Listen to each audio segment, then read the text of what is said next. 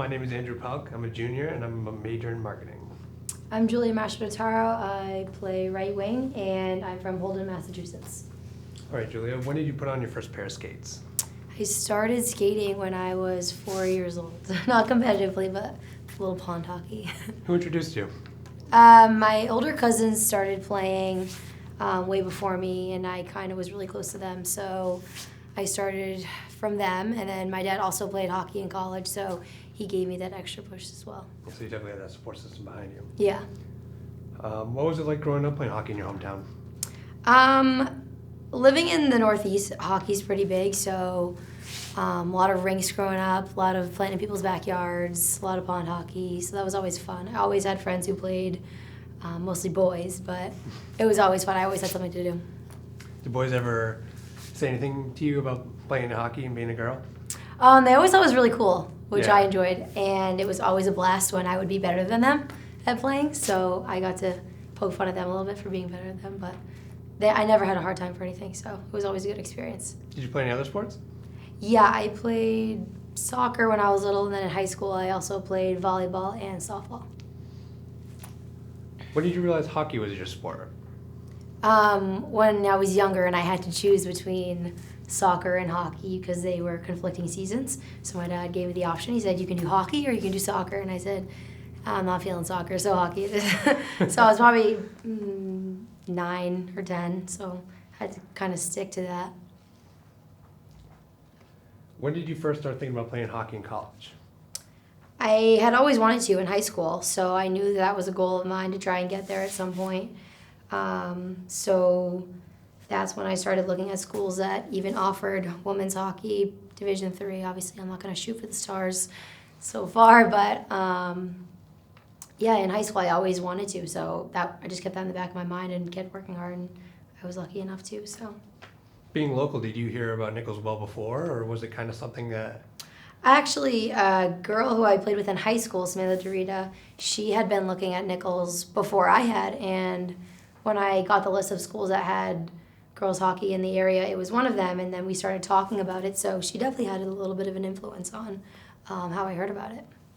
So I also saw on the website that you played for the New England Girls Hockey League. Mm-hmm. Was that after high school and before college? Was that in between, or was that during high school? I played for the Minuteman Lady Flames in that league. I played since the time where checking becomes present in boys hockey, so I think that's maybe 11, 12 years old is when I switched over to girls when they started checking. So, and I played right up until maybe my junior year of high school. For a good chunk of time. Did you play both leagues at the same time in high school and? Yes, because once you got to the high school level, the New England Girls Hockey League had a split season, so you would play before and you would play after, but it wouldn't conflict with your high school season. When did you first see Nichols? I saw it, I was a little late on the college process. I saw it in the winter of my senior year on Christmas break. I came here and did an overnight. It was really fun. So what was the recruiting process like for you? Well, I reached out to them. No one reached out to me. I knew I wanted to play hockey, and Nichols was an attainable goal, so I reached out to the coach and said I was interested in playing, and he took me down to campus, and we did, the whole tour, did an overnight with some of the girls. So that's when it all started.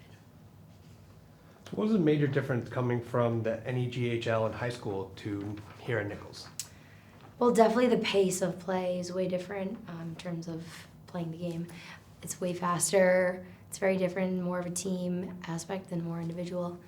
Definitely more dedication and commitment. There's a lot more that goes into college hockey than you do in high school. There's meetings, films, workouts, where a lot of times in high school you just have a couple practices a week and then you play a game on weekends. So it's just way ramped up level. Did you have any pregame, routines coming into college that you've carried with you throughout your hockey career? No, I'm not very superstitious, so I kind of just do whatever needs to be done. I mean, we always do a warm-up, but I listen to my music, but nothing really too particular now. What is the best memory you have so far at Nichols? In terms of hockey? Yes. Well, I would have to say the best memory was the only game that I haven't played so far in my college career. We played Manhattanville, and we hadn't beat them ever in our entire program history. And we went up there to New York and played them. And we ended up winning in overtime. And every year it had said on the program, Manhattanville is undefeated against Nichols. And they made it a point to put that in there every time. So it felt really awesome when we first beat them. Even though I didn't play, it was still an unreal memory as a team to get to achieve that kind of goal. So that was definitely the motivating factor for you guys. Oh, yeah. Yeah, that really strived us to play extra hard that day. What is the biggest goal you want to accomplish in Nichols hockey before you leave? That's a good question. We've made it to playoffs. I mean, I guess the next step is a championship. Of course. I mean, you can't really do anything else besides that. All right, thank you.